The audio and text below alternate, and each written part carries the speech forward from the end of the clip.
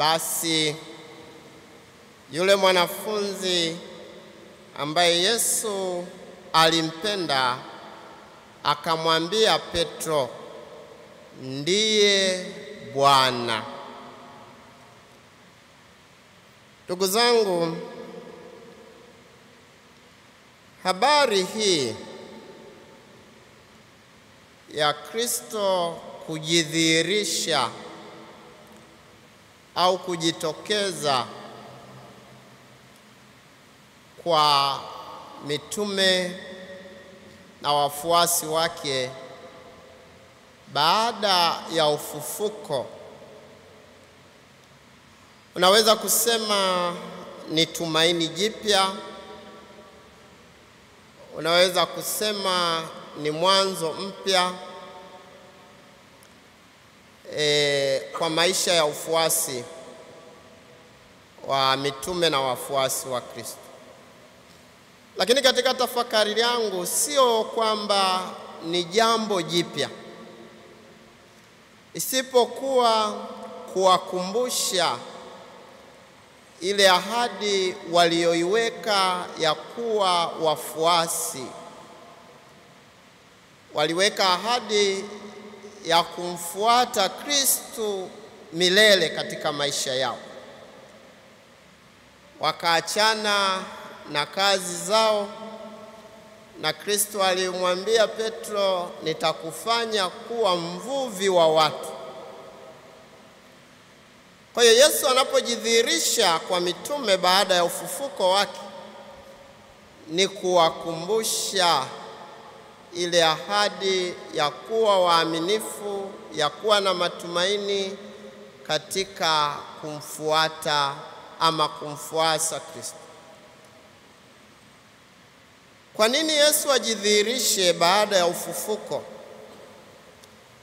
Ni kwa sababu katika kipindi cha Yesu kukamatwa na kusulubishwa,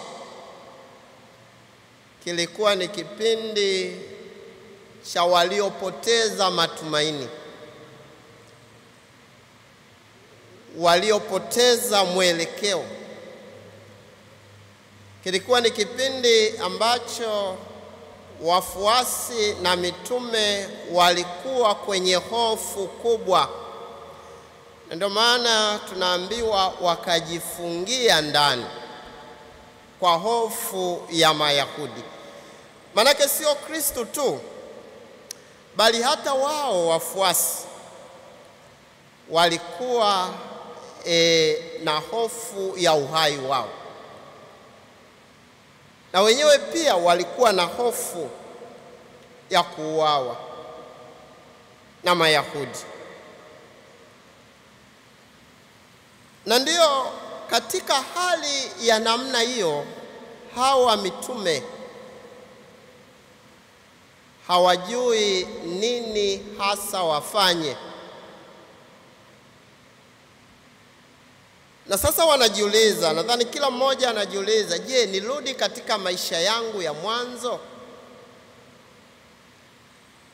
Nirudi katika shughuli zangu za kwanza za miaka ya nyuma kabla ya sijamfuata Kristo? Lakini hali ilikuwa bado haijatulia. Kulikuwa bado hakuna utulivu. Na hivi hakuna aliyethubutu kusema kwamba anarudi katika maisha ya kawaida. Petro anaonekana kuwa na uthubutu. Petro anapoambia wenzake, naenda kuvua samaki, kwa kweli anamwambia kwamba narudia kazi yangu ya awali. Lakini Petro kweli ana uthubutu huo, ana amani hiyo katika kurudia hizo kazi zake za uvuvi? Petro anaweza kuonekana kwa nje kama ana utulivu, ana amani, anarudi katika kazi zake. Lakini Petro pengine anajaribu kwa hawa wengine watasemaje? Na hawa wengine wanasema tutakwenda pamoja nawe. Manake nini? Hakuna mmoja kati yao aliyekuwa na ujasiri mwanzo wa kusema nitaenda mimi, ama mimi nitaenda kwenye uvuvi, lakini walitaka mmoja aonyeshe ujasiri, na ambaye pia hakuwa na ujasiri, bali yeye alitegemea wenzake watajibu nini. Labda pengine kama wangemwambia wewe nenda tu, litakalo kukuta huko shauri yako, sijui kama Petro angeenda au la. Lakini kumbe wakajikuta wamepeana nguvu ya kurudi katika kazi ya uvuvi. Pamoja na hayo, hawakuwa wanafanya kazi hiyo ya uvuvi wakiwa wenye amani. Hawakuwa wakifanya kazi ya uvuvi wakiwa wenye utulivu, wenye furaha. Lakini basi ilibidi wajikute wanafanya shughuli fulani baada ya kupoteza mwelekeo. Na ndio maana Kristo anapojidhihirisha, Yohane nasema yule mwanafunzi ambaye Yesu alimpenda akamwambia Petro, ndiye Bwana. Na hii kujikumbusha hata naye Yohane kwamba huku alikorudi siko kule ambapo alipaswa kuendelea kubaki kwa ile ahadi ya ufuasi. Na hivi kujidhihirisha kwa Kristo kwa mitume, kwao mitume kwanza ni kuwakumbusha kutokuwa wasaliti kwa ahadi ile ya ufuasi, kuwakumbusha juu ya sadaka ya Kristo na upendo ule aliowaachia, kuwakumbusha kwa maneno yale ya Petro, niende wapi Bwana, wewe unayo maneno ya uzima wa milele, kuwakumbusha ule utayari wao wa kusema kwamba tutakufuata popote uendapo, kina Nathanaeli hao. Kuwakumbusha ule utayari wao wa kubeba msalaba na kuufia msalaba kwa ajili ya ukombozi wa wanadamu. Hilo la kwanza. Lakini la pili ilikuwa ni kuwarudishia nguvu ya ufuasi. Ndio mara zote Kristo alipojidhihirisha kwa wafuasi wake, walijawa na ujasiri, walijawa na nguvu, walijawa na ari ya ufuasi. Na hivi pasipo kumuona katika umbo la kimwili, waliweza kuona uwepo na mwendelezo wa Kristo ndani ya mioyo yao, kutokana na jinsi alivyokuwa akijidhihirisha na jinsi alivyokuwa akiumega mkate na kushiriki nao karamu, yaani adhimisho takatifu. Ndugu zangu, nasi pia sidhani kama tuna furaha sana, na sidhani kama tunajiona tuna amani sana,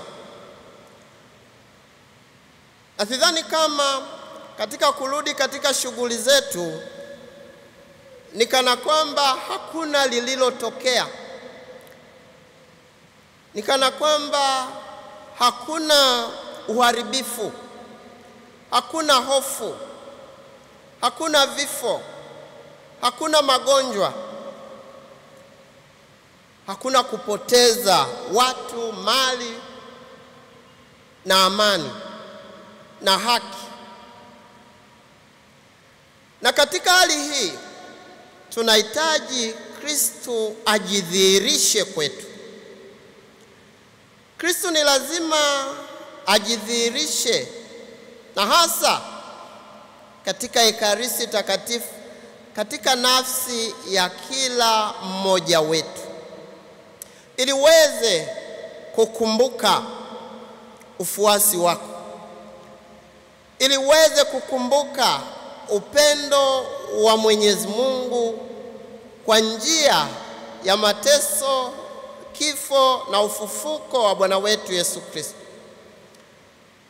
ili uweze kukumbuka thamani ya utu, uweze kukumbuka wajibu wa kulinda utu wa mwenzako. Kristo anapaswa kujidhihirisha leo ndani yetu, ili uweze kukumbuka ahadi zako za ubatizo na ufuasi, ili uweze kukumbuka pale ambapo unapaswa kutubu na kujuta. Tunapoabudu Ekaristi Takatifu, kila mmoja katika taifa hili ana nafasi ya kumjutia Mwenyezi Mungu, na kila mmoja mbele ya Yesu wa Ekaristi ana nafasi ya kurudisha tumaini la maisha ya haki, maisha ya amani, maisha ya furaha na maisha ya upendo na kulindana kama taifa. Tumsifu Yesu Kristo.